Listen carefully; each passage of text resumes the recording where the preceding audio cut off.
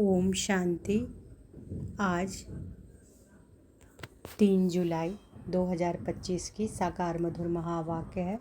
आज सतगुरुवार की आप सबों को बहुत बहुत बधाई हो। आज सतगुरुवार में वरदानी दिवस पर परम सतगुरु का हम सबके लिए वरदान है कि मधुरता की देवी देव भव।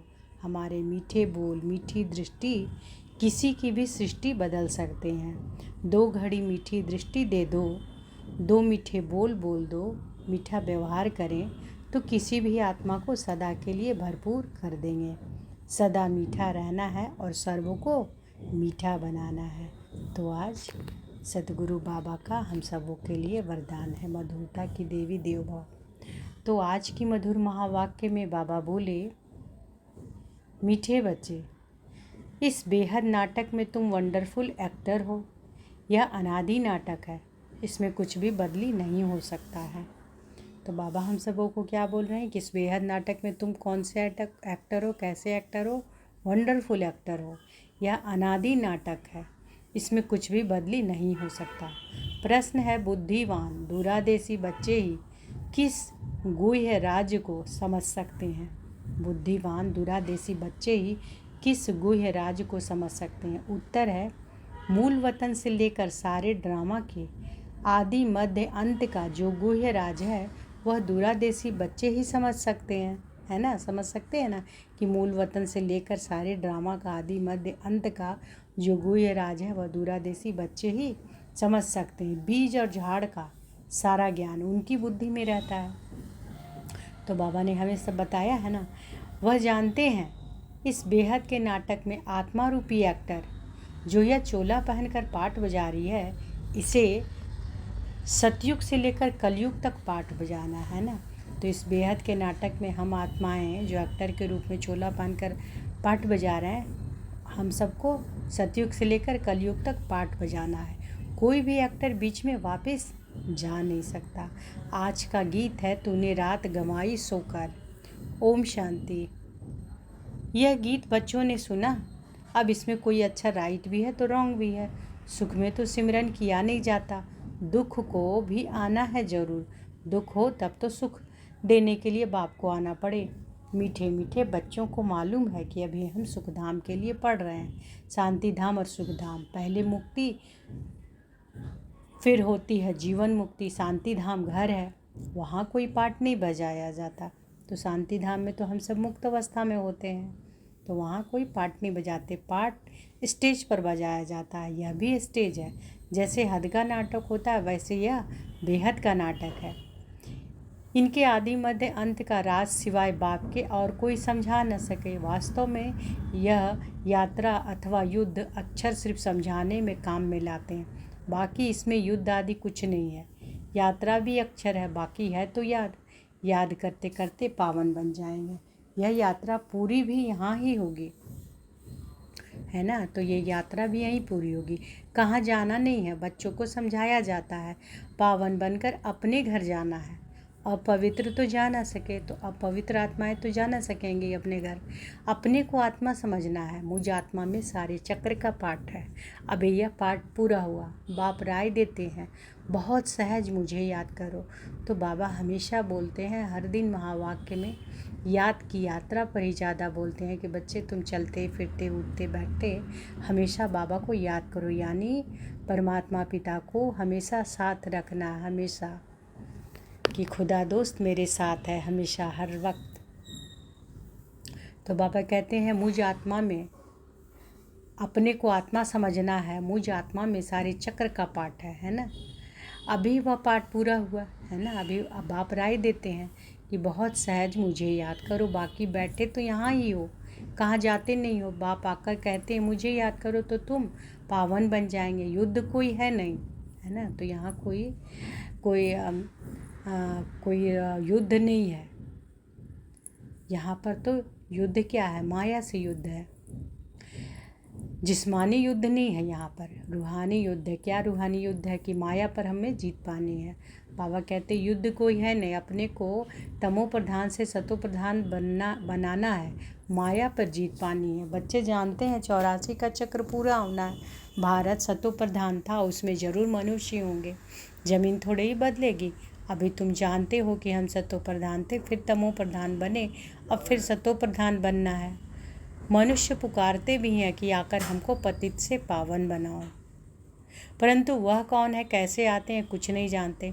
अभी बाबा ने तुम्हें समझदार बनाया है, कितना ऊंचा मर्तबा तुम पाते हो। वहाँ के गरीब भी बहुत तुच्छ हैं यहाँ के साहूकारों से, है ना। तो बाबा क्या करें, वहाँ के गरीब भी बहुत तुच्छ हैं यहाँ के साहूकारों से। भले कितने भी बड़े बड़े राजाएं थे, धन बहुत था, परंतु हैं तो भिखारी ना। इनसे वहाँ की साधारण प्रजा भी बहुत उच्च बनती है। बाबा फ़र्क बतलाते हैं। तब बाबा कहाँ सुखधाम और यहाँ का फ़र्क बतला रहे हैं। निर्विकारी देवताओं के आगे अपने को पतित का माथा जाकर टेकते हैं। बाप यहाँ आते हैं तो फट से ऊंच चढ़ा देते हैं। बाप जब यहाँ आते तो फट से ऊंच चढ़ा देते हैं। सेकंड की बात है, अभी बाप ने तीसरा नेत्र दिया हमें। तीसरा नेत्र कौन सा नेत्र दिया है? ज्ञान का, है ना। तुम बच्चे दूरादेशी बन जाते हो। ऊपर मूल वतन से लेकर सारे ड्रामा का चक्कर, और वह ऊपर मूल वतन से लेकर सारे ड्रामा का चक्र तुम्हारी बुद्धि में याद है। जैसे हद का ड्रामा देखकर फिर आए सुनाते हैं ना, क्या क्या देखा, बुद्धि में भरा हुआ है। जो वर्णन करते हैं आत्मा में भरकर आते हैं, फिर जाकर डिलीवरी करते हैं। यह फिर है बेहद की बातें। तुम बच्चों की बुद्धि में इस बेहद ड्रामा के आदि मध्य अंत का राज रहना चाहिए। तो बाबा क्या बोल रहे हैं कि तुम बच्चों को इस बेहद ड्रामा के आदि मध्य अंत का राज रहना चाहिए।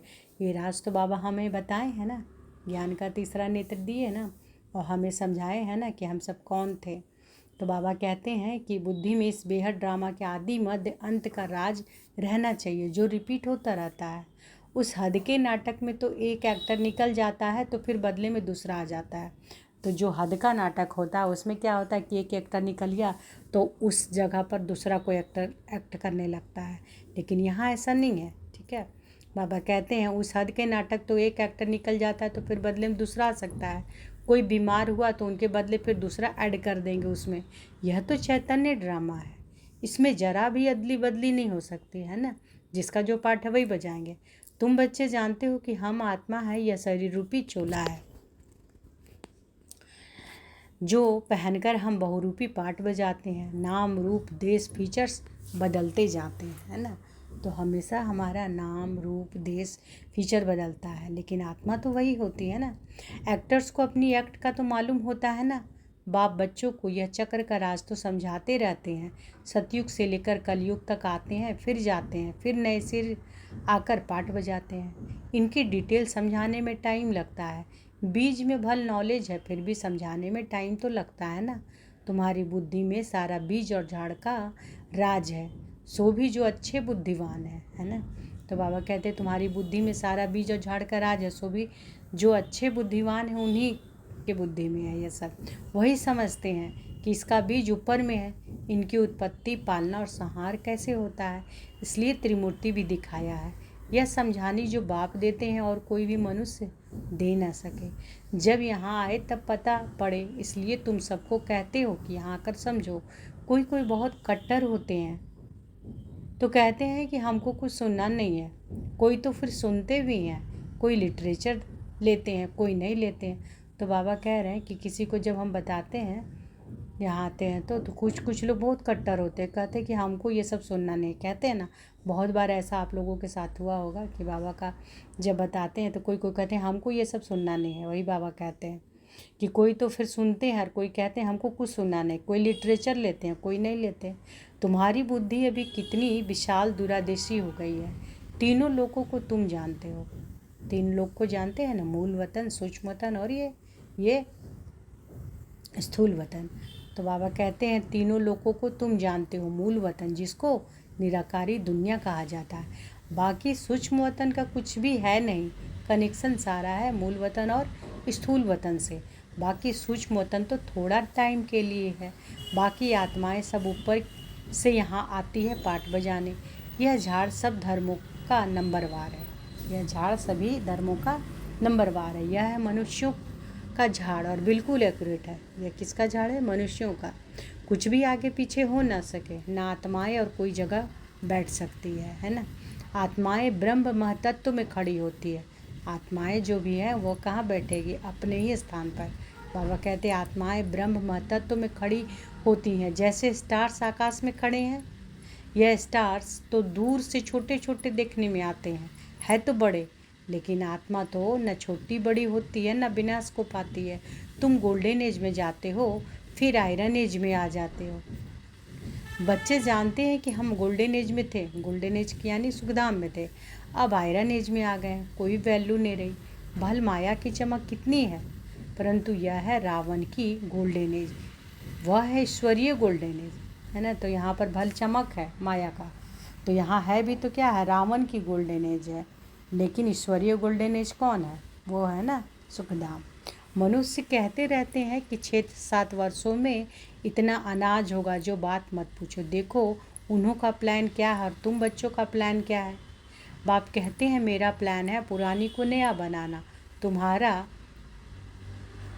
एक ही प्लान है। जानते हो कि बाप की श्रीमत से हम अपना वर्षा ले रहे हैं। बाबा रास्ता बताते हैं, श्रीमत देते हैं, याद में रहने की मत देते हैं। मत अक्षर तो है ना, संस्कृत अक्षर तो बाप नहीं बोलते हैं, बाप तो हिंदी में ही समझाते रहते हैं। भाषाएं तो ढेर है ना, इंटरप्रेटर भी होते हैं जो सुनकर फिर सुनाते हैं। हिंदी और इंग्लिश तो बहुत जानते हैं, पढ़ते हैं, बाकी माताएं घर में रहने वाली इतनी नहीं पढ़ती हैं। आजकल विलायत में अंग्रेजी सीखते हैं तो फिर यहाँ आने से भी इंग्लिश बोलते रहते हैं, हिंदी बोल ही नहीं सकते। घर में आते हैं तो माँ से इंग्लिश में बात करने लग पड़ते हैं। वह बेचारी मूंझ पड़ती है कि हम क्या क्या जाने इंग्लिश से, फिर उनको टूटी फूटी हिंदी सीखनी पड़े।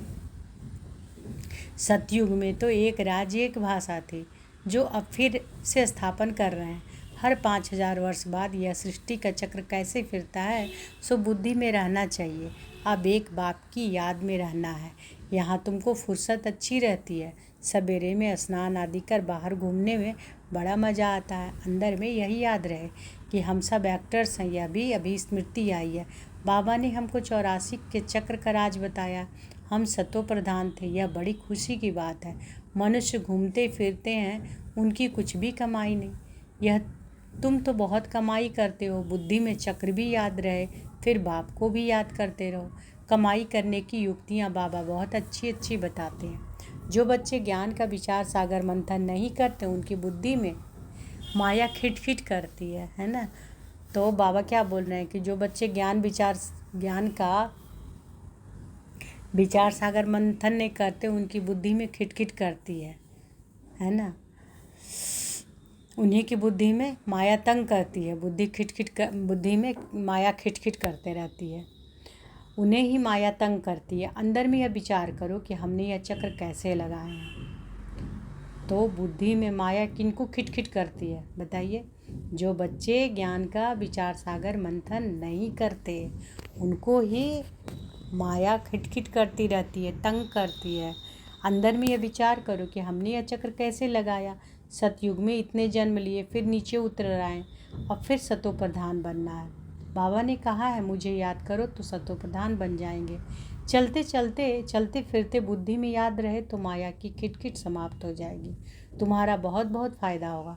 भल स्त्री पुरुष साथ जाते हो, हर एक को अपने सिर मेहनत करनी है, अपना उच्च पद पाने।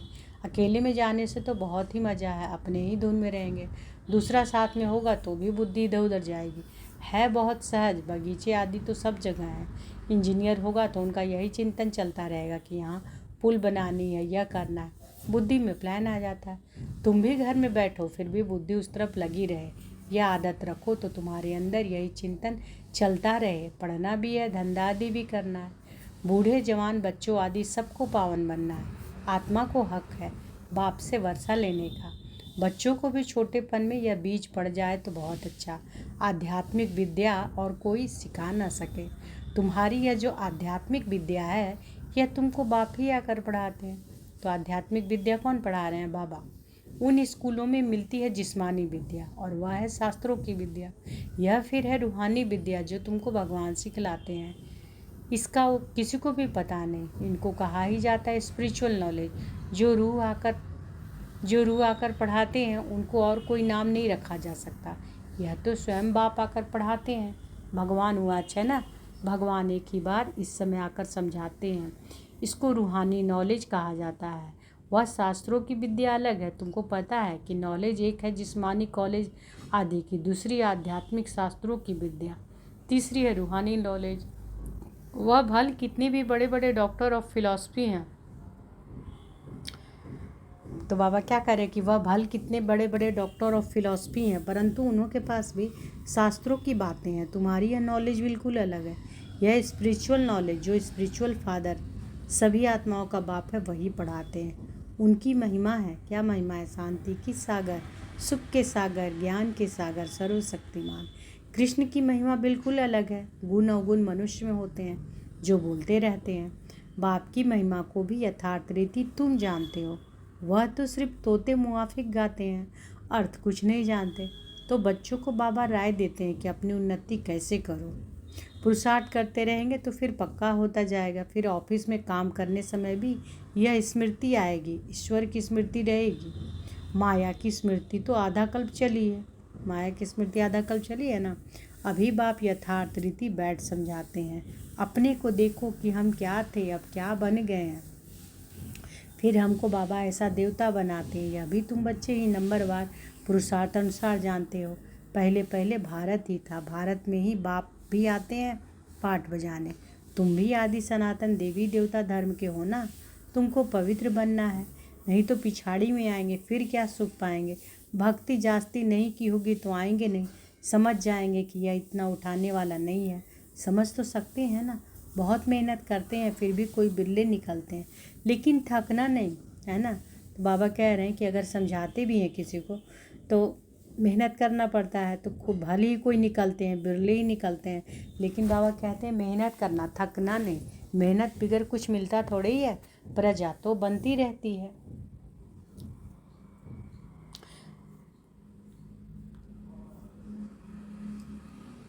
तो बाबा आज क्या बता रहे हैं कि तुमको पवित्र बनना है, नहीं तो पिछाड़ी में आएंगे। फिर क्या सुख पाएंगे? भक्ति जास्ती नहीं की होगी तो आएंगे नहीं। जो भक्ति जास्ती नहीं की होंगे वो नहीं आएंगे। समझ जाएंगे यह इतना उठाने वाला नहीं है। समझ तो सकते हैं ना। बहुत मेहनत करते हैं फिर भी कोई बिरले निकलते हैं, लेकिन थकना नहीं। मेहनत तो करनी है। मेहनत बिगर कुछ मिलता थोड़ी है, प्रजा तो बनती रहती है। बाबा बच्चों को उन्नति के लिए युक्ति बताते हैं। क्या युक्ति बताते हैं? बाबा कहते हैं बच्चे अपनी उन्नति करनी है तो सवेरे सवेरे स्नान आदि कर एकांत में जाकर चक्र लगाओ, वह बैठ जाओ। तंदुरुस्ती के लिए पैदल करना भी अच्छा है। बाबा भी याद पड़ेगा और ड्रामा का राज भी बुद्धि में रहेगा। कितनी कमाई है, यह है सच्ची कमाई। वह कमाई पूरी हुई फिर इस कमाई का चिंतन करो। डिफ़िकल्ट कुछ भी नहीं है। बाबा का देखा हुआ है। सारी जीवन कहानी लिखते हैं। आज इतने बजे उठा, फिर यह किया। समझते हैं कि पिछाड़े वाले पढ़कर सीखेंगे। बड़े बड़े मनुष्यों की बायोग्राफी पढ़ते हैं ना, बच्चों के लिए लिखते हैं। फिर बच्चे भी घर में ऐसे अच्छे स्वभाव के होते हैं। अभी तुम बच्चों को पुरुषार्थ कर सतो प्रधान बनना है। सतो प्रधान दुनिया का फिर से राज्य लेना है। तुम जानते हो कि कल्प कल्प हम राज्य लेते हैं और फिर गंवाते हैं। तुम्हारी बुद्धि में यह सब है कि यह है नई दुनिया, नए धर्म के लिए नई नॉलेज। इसलिए मीठे मीठे बच्चों को फिर भी समझाते हैं जल्दी जल्दी पुरुषार्थ करो। शरीर पर भरोसा थोड़े ही। आजकल मौत बहुत ईजी हो गया है। वहाँ अमरलोक में ऐसी मृत्यु कभी होती नहीं। यहाँ तो बैठे बैठे कैसे मर जाते हैं। इसलिए अपना पुरुषार्थ करते रहो, जमा करते रहो। अच्छा, मीठे मीठे सिकी लदे बच्चों प्रति माता पिता बाप दादा का याद प्यार और गुड मॉर्निंग। रूहानी बाप की रूहानी बच्चों को नमस्ते। हम रूहानी बच्चों की रूहानी माता पिता बाप दादा को याद प्यार, गुड मॉर्निंग और नमस्ते नमस्ते नमस्ते। शुक्रिया बाबा, शुक्रिया। धारणा के लिए मुख्य सार। पहला, बुद्धि को ज्ञान चिंतन में बिजी रखने की आदत डालनी है। तो बुद्धि को कहाँ बिजी रखना है? ज्ञान चिंतन में, है ना। जब भी समय मिले एकांत में जाकर विचार सागर मंथन करना है। बाप को याद कर सच्ची कमाई जमा करनी है। बुद्धि को ज्ञान चिंतन में बिजी रखने की आदत डालनी है। जब भी समय मिले एकांत में जाकर विचार सागर मंथन करना है। बाप को याद कर सच्ची कमाई जमा करना है। दूसरा, दूरादेशी बनकर इस बेहद के नाटक को यथार्थ रीति समझना है। सभी पाठधारियों के पाठ को साक्षी होकर देखना है। है ना। सभी पाठधारियों का पाठ को देखना है साक्षी होकर, ये नहीं क्या क्यों में फंसना है। आज बाबा ने वरदान दिया है। बाबा क्या वरदान दिए, तो अनुभव करें कि बाबा का वरदानी हाथ हमारे सिर पर है। मधुरता के वरदान द्वारा सदा आगे बढ़ने वाली श्रेष्ठ आत्मा भव। मधुरता के वरदान द्वारा सदा आगे बढ़ने वाली श्रेष्ठ आत्मा भव। मधुरता ऐसी विशेष धारणा है जो कड़वी धरनी को भी मधुर बना देती है। किसी को भी 2 घड़ी मीठी दृष्टि दे दो, मीठे बोल बोल दो, तो किसी भी आत्मा को सदा के लिए भरपूर कर देंगे। 2 घड़ी की मीठी दृष्टि व बोल उस आत्मा की सृष्टि बदल देंगे। आपके 2 मधुर बोल भी सदा के लिए उन्हें बदलने के निमित्त बन जाएंगे। इसलिए मधुरता का वरदान सदा साथ रखना, सदा मीठा रहना और सबको मीठा बनाना। स्लोगन है, हर परिस्थिति में राजी रहो तो राजयुक्त बन जाएंगे। हर परिस्थिति में राजी रहो तो राजयुक्त बन जाएंगे। अव्यक्त इशारे हैं, संकल्पों की शक्ति जमाकर श्रेष्ठ सेवा के निमित्त बनो। जब और सब संकल्प शांत हो जाते हैं, बस एक बाप और आप इस मिलन की अनुभूति का संकल्प रहता है, तब संकल्प शक्ति जमा होती है और योग पावरफुल हो जाता है। इसके लिए समाने व समेटने की शक्ति धारण करो। संकल्पों पर फुल ब्रेक लगे, ढीली नहीं। अगर 1 सेकंड के बजाय ज़्यादा समय लग जाता है तो समाने की शक्ति कमज़ोर है। और वरदान में बाबा क्या बोले कि मधुरता ऐसी विशेष धारणा है जो कड़वी धरनी को भी मधुर बना देती है। किसी को भी 2 घड़ी मीठी दृष्टि दे दो, मीठे बोल बोल दो, तो किसी भी आत्मा को सदा के लिए भरपूर कर देंगे। 2 घड़ी की मीठी दृष्टि व बोल उस आत्मा की सृष्टि बदल देंगे। आपके 2 मधुर बोल भी सदा के लिए उन्हें बदलने के निमित्त बन जाएंगे। इसलिए मधुरता का वरदान सदा साथ रखना, सदा मीठा रहना और सर्व को मीठा बनाना। तो आज की मधुर महावाक्य में बाबा क्या बोले, हम सब कौन है, वंडरफुल एक्टर। इस बेहद के नाटक में बाबा कहते हैं तुम वंडरफुल एक्टर हो। सोचिए, भगवान स्वयं बोल रहे हैं कि बच्चे तुम इस बेहद के नाटक में वंडरफुल एक्टर हो। यह अनादि नाटक है, इसमें कुछ भी बदली नहीं हो सकता। तो हमेशा कोई कर्म करने के पहले क्या सोचना, हम सब कौन है, वंडरफुल एक्टर हैं। और मधुरता का हमें बाबा ने वरदान दे दिया। बाबा ने वरदान दिया ना कि मधुरता की देवी देव भव। हमारे मीठे बोल, मीठी दृष्टि किसी की भी सृष्टि बदल सकते हैं। 2 घड़ी मीठी दृष्टि दे दो, 2 मीठे बोल बोल दो, मीठा व्यवहार करें तो किसी भी आत्मा को सदा के लिए भरपूर कर देंगे। सदा मीठा रहना और सर्व को मीठा बनाना है।